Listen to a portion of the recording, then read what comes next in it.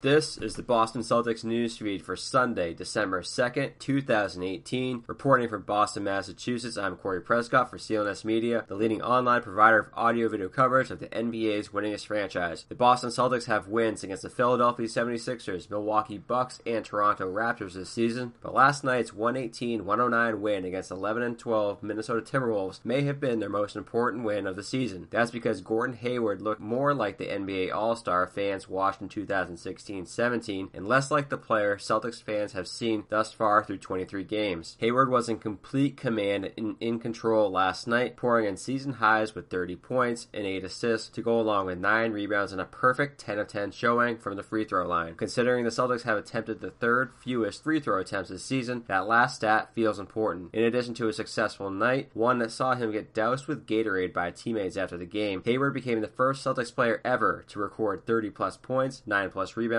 and 8 plus assists in a single game as a reserve. Hayward also became the first NBA player to come off the bench and record 30 plus points, 9 plus rebounds, and 8 plus assists in a single game since Detlef Schrempf did it on February 13 of 1993. Jason Tatum had 19 and Kyrie Irving scored 21, but make no mistake, this was the Gordon Hayward game Celtics fans had been pining for. Over the last 5 games, the Celtics are plus 52 with Gordon Hayward on the court, good for a plus 21.3 net rating. The winners of 3 games in a row, the Boston Celtics appear to have solved their offensive woes. The question remains, however, do the Celtics reinsert Hayward back into the starting lineup? We won't get that answer until Thursday at home against the New York Knicks, the Celtics' next game. Jaylen Brown was ruled out before Boston's win last night, but not after having participated in part of his pregame routine. Unfortunately, the back spasms that have been bothering him since his hard landing a week ago against the Dallas Mavericks stopped his warm-up short. Brown indicated to reporters that he did everything that he normally does before a normal game, but the pain was still too much to play through. Head coach Brad Stevens said Brown's absence wasn't a huge surprise to the Celtics, who listed him as doubtful prior to the game. Some news and notes around the NBA this Sunday. Dwight Howard is expected to miss the next 2 to 3 months with gluteal surgery. Joakim Noah has signed for the veterans minimum with the Memphis Grizzlies. Lauri Markkanen made his season debut for the Chicago Bulls last night. The Detroit Pistons spoiled Stephen Curry's return from an 11-game absence to take down the Warriors 111-102 last night. The Warriors also may have lost their starting center for this season. Damian Jones, who has started in 22 of 24 games played this season, will undergo surgery to repair his torn left pectoral this week, according to ESPN's Adrian Wojnarowski. According to the report, Jones will meet with a specialist in Chicago prior, and they'll have a better idea after the procedure if he can return late in the playoffs or if he's out for the season. Reminder here that today's news feed is brought to you by Action Heat. Action Heat makes the world's best battery-heated clothing, heat on demand at the touch of a button. Stay toasty and warm throughout all your outdoor activities this winter. Action Heat makes the perfect holiday gift, and we've got a special deal for our listeners to save 20% off your entire order. Just go to actionheat.com/newsfeed to check out everything Action Heat has to offer. That's actionheat.com/newsfeed, or use the coupon code newsfeed at checkout to save 20%. Action Heat. Control your environment. Follow CLNS on Twitter at CLNS Media, as well as at Celtics CLNS, and be sure to head to clnsmedia.com. Subscribe to the Celtics newsfeed both on iTunes and Stitcher, as well as the CLNS mobile podcast app. This has been Corey Prescott for Celtics Newsfeed.